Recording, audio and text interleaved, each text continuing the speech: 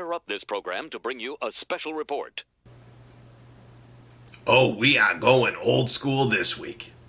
No time for puppetry, no time for silly games.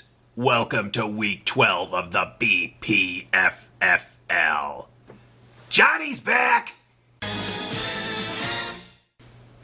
You gotta admit, you gotta be asking the question, why no puppet? Well, very simple. The sheer amount of mathematics involved this week makes understanding what's going on in the BPFFL and manipulating a puppet completely undoable. So we're going to go over week 12. We're going to be blunt, we're going to be frank, we're going to be live. Now, I've been writing notes all week long to get ready for this. And we're going to do reverse order. Normally the marquee matchups are at the end, the tiny matchups are at the beginning. But we can't do it this week because this is week 12. This is playoffs. This has been one of the most unusual weeks in BPFFL history. Let me get you all up to speed. Let me make sure you're all on board with me. For the first time in league history, ever, and this is a long-standing league, very long-standing, we've had a season where in week 1, a brand new team, the Buffalo Waxers, emerged out of nowhere. We have the first ever year where there has been 0 trades between any teams. No trades made as of this moment, noon p.m., Saturday, week 12. Nothing. And on top of that, here's the kicker, for the first time ever in this league's history, we're going into week 12, not a single team has been eliminated from playoff contention. Do you understand what that means? Absolute chaos and anarchy. So we're going to go frontwards, backwards, and backwards forwards to try to figure our way through this mess, okay?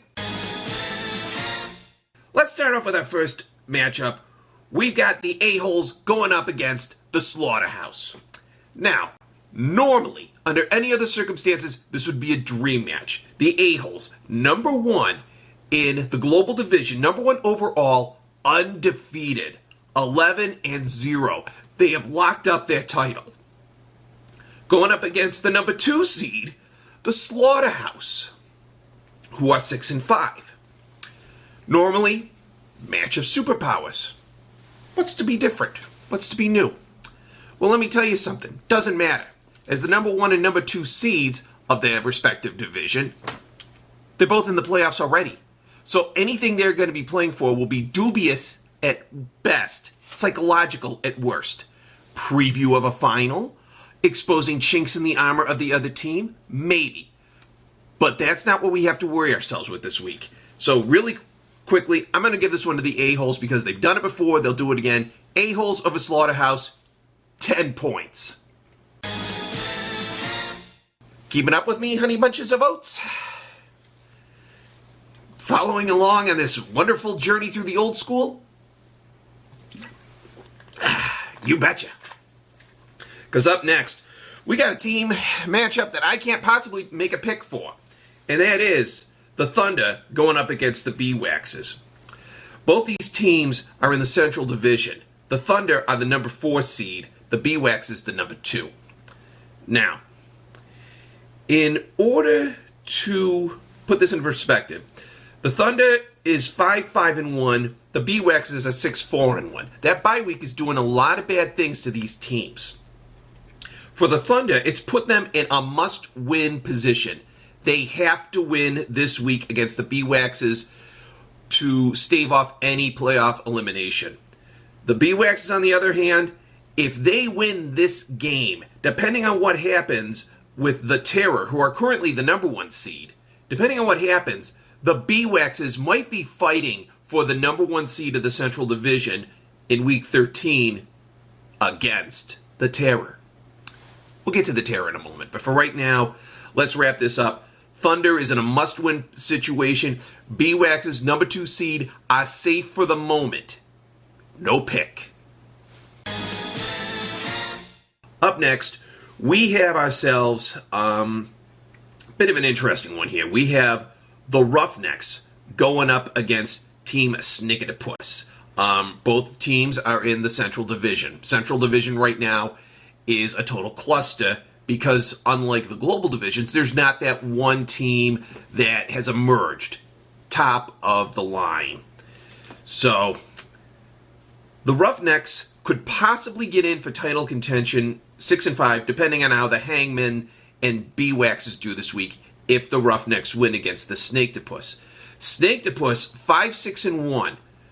That's the worst record in the Central Division, so they're in a must-win situation. Roughnecks have to be strong. Snaketipus has to be alive. And when it comes to picks this week, I'm going to have to give this one to the Roughnecks by 11, 5, 5, 1. Thought I was going to give you another finger, didn't you? But I'm going to give this one to the Roughnecks because next week they're going to have the joy of going up against the Thunder. And I think that matchup could be where the bottom falls out for the Central Division. Godspeed. All right. We come now to our first and only interconference matchup coming up this week. And that is the Senators going up against the Terror. This is a polar opposite. Senators are tied for fourth at the bottom of the global division. Terror, at the moment, 7-4, currently the number one title contender. Now, Terror is going to have to win this one to possibly walk away as the number one seed. And I think they will. I'm going to give this one to the Terror by 10. I love my fingers. Operational fingers. Finger alarm. So we have them going on because the Terror are going to need this win more because not only do they want to get that division crown, they are also going up against the B-Waxes, the only team that can catch them at this point. So Terror is going to be more motivated. Senators have got to win to stay alive. I don't like their chances. So Terror over Senators by 10. Leading up to what could be the most important match of the season for these two teams, the Eden Extractors going up against the High-Dye Hangman. Okay, both of these teams are towards the bottom tiers of the global. The Extractors are currently the number 3 seed with a record of 3-8. The Hangmen are tied for the 4th seed with the Senators coming in at 2-8-1. So what this leads to in the global division, it doesn't seem like much now, but considering that we have playoff ramifications at stake, the Extractors win this one, they're in the playoffs, hands down, on the desk. I'm not slamming my hands on the desk because I have a crappy stand here. Thanks for the hundreds of pennies of budget, Jimmy. The Extractors are in a position where if they win one game over the next 2 weeks, they're in regardless of what happens. And the two teams they're facing on, this week it's the Hangman, next week it's the Senators. And both Hangman and Senators are in must-win situations. So Extractors, congratulate yourselves, even though this whole damn league is a flaming wreck heading into a dumpster fire. At least you're behind the wheel on this one. Extractors over Hangman, 5 points. So hopefully this helps make sense of the topsy-turvy that is the BPFFL in 2019. It's madness. It's insanity. Hopefully next week things will simmer down enough to the point where your regularly scheduled, friendly, kid-loving host. I was about to say a cuss word. I'm not going to cuss. Not going to cuss on this stupid damn fantasy football show. It's not going to happen. See you next week. Whee! Now we done got that out the way. Let's have some fun.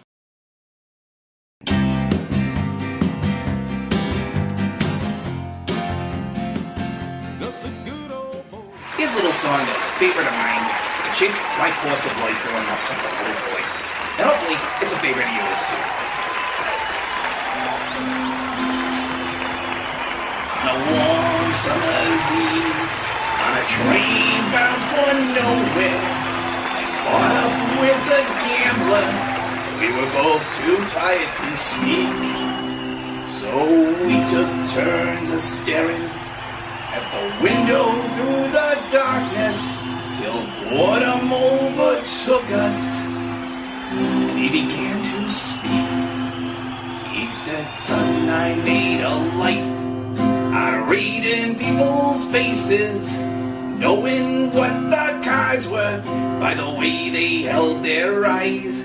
So if you don't mind my saying, I can see you're out of aces. For a taste of your whiskey, I'll give you some advice." So I handed him my bottle, and he drank down my last swallow. Then he bummed a cigarette and asked me for a light.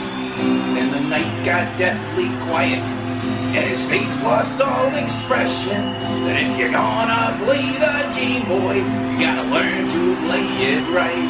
You gotta know when to hold 'em, know when to fold 'em, know when to walk away, know when to run. You never count your money. While you're sitting at the table, there'll be time enough for counting when the dealing's done." Key change. Every gambler knows that the secret to surviving is knowing what to throw away and knowing what to keep. 'Cause every hand's a winner and every hand's a loser, and the best that you can hope for is to die in your sleep. And when he finished speaking, turned back towards the window, brushed out his cigarette, faded off to sleep. And somewhere in the darkness, the gambler, he broke even. In his final words, I found an ace I could keep. 'Cause you got to know when to hold 'em, know when to fold 'em, know when to walk away, know when to run. You never count your money. While you're sitting at the table, there'll be time enough for counting when the dealing's done. Thank you, America. Good night. Okay, now, boss, did I do good? For that money, it ought to darn socks, wash windows, and bring you breakfast in bed. I thought you put the brake on the safety of the car. Gay!